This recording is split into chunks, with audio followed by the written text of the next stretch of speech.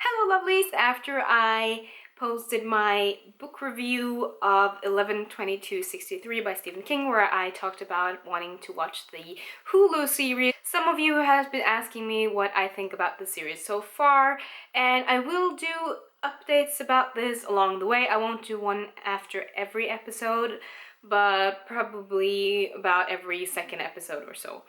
And as the big nerd I am, I do watch the series and I do take notes. So I'm just gonna go get them. Now, first off, I want to mention that I think James Franco is doing an amazing job as Jake Epping. I think that he is the perfect fit for the role, and I really like Franco. I think he's an amazing actor, even though he does some crazy stuff now and then. I just think he's really just an original, and I was very excited when I heard that he was going to play Jake Epping and thought that he was going to be perfect for it, and I was right. So, and I really like the intro to the TV series. I think they did an amazing job with that.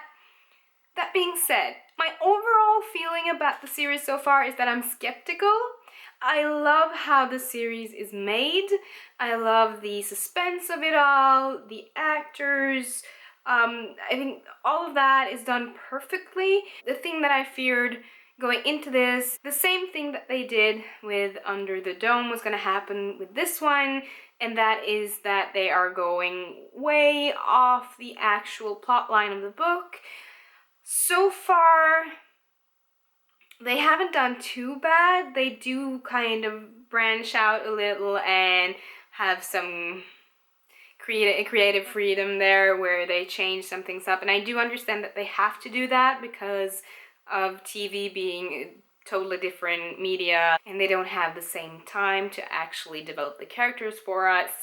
So I do understand some changes have to be made, but there are still some changes that I'm sort of iffy about, that if I like or not. So I'm just gonna mention before I go into this that this will be full of spoilers.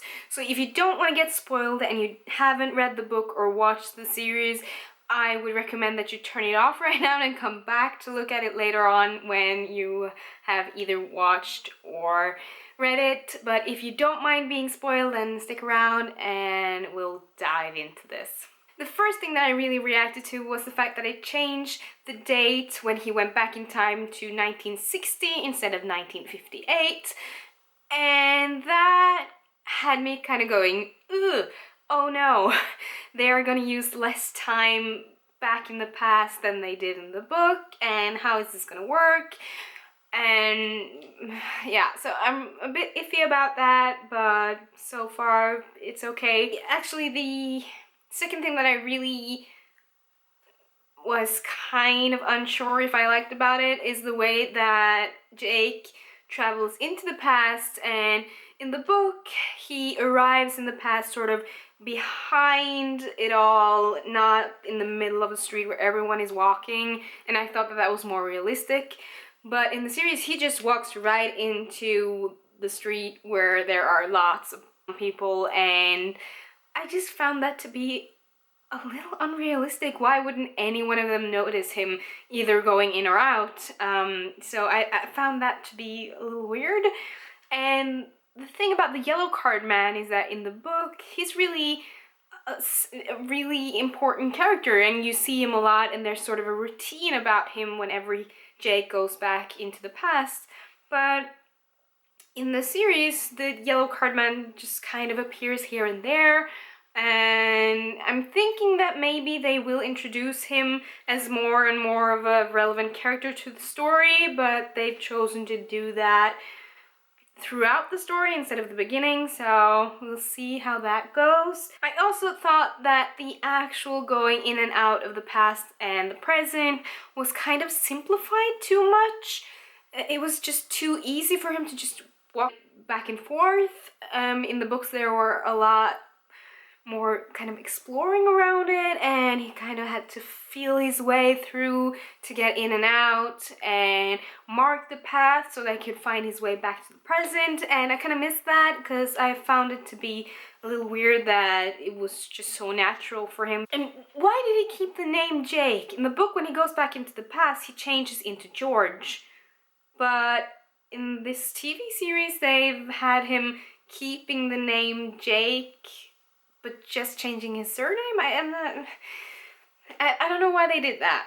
That kind of confuses me a little, because I now know him as George in the book and relate to him as George, but now he's Jake. Was that necessary? And another thing that was really relevant in the book was his marriage to his ex-wife and her being an alcoholic, and that was really a big part of the story and the character development of Jake. I kind of missed that. We just got to see them like signing the divorce papers, and that was it. So I'm interested to see if we get to know more about their relationship when the story evolves. In the book, he does this trial run of going into the past, so to see if he can really change things. They cut that out. I can understand why, to save time, and this being a mini-series, they don't have time to add everything into it, but... And why the hell? Because he met Sadie in the first episode? Yeah, this is my notes for the first episode. He met her and she was still married and with her husband. And that was kind of weird, because in the book she had left her husband and moved away from him and haven't heard from him in a while. So I'm not sure how. There are some really relevant happenings in the plot line later on with Sadie and her ex-husband not yet divorced. So I'm not really sure how they are going to make that work with the storyline here, but I was kind of shocked to see that he was really in the picture like that, but they probably have thought it through. The other thing that I really reacted to was that the way that he didn't really care about blending in at all. In the books, Jake makes a real effort to blend in with the past and not being recognized that much. But in the TV series, he doesn't blend in at all. And that could be the Franco part of it, because Franco is really unique and doesn't blend in that well. But I think that it was kind of weird how he chose to like be all out there and letting people notice him as much as they did, because that's not really good.